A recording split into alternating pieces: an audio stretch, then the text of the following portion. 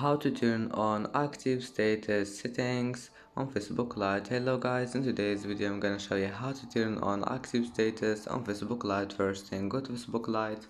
Here you will find these three lines in the top corner. Click on it and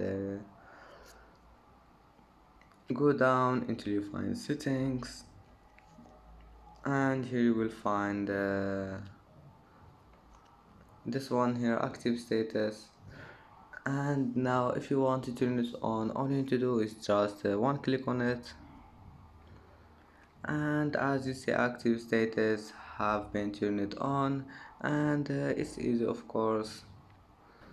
And that's it for today's video. If you like this video, please don't forget like and don't forget subscribe, and thank you for watching this video until the end, and see you in the next video.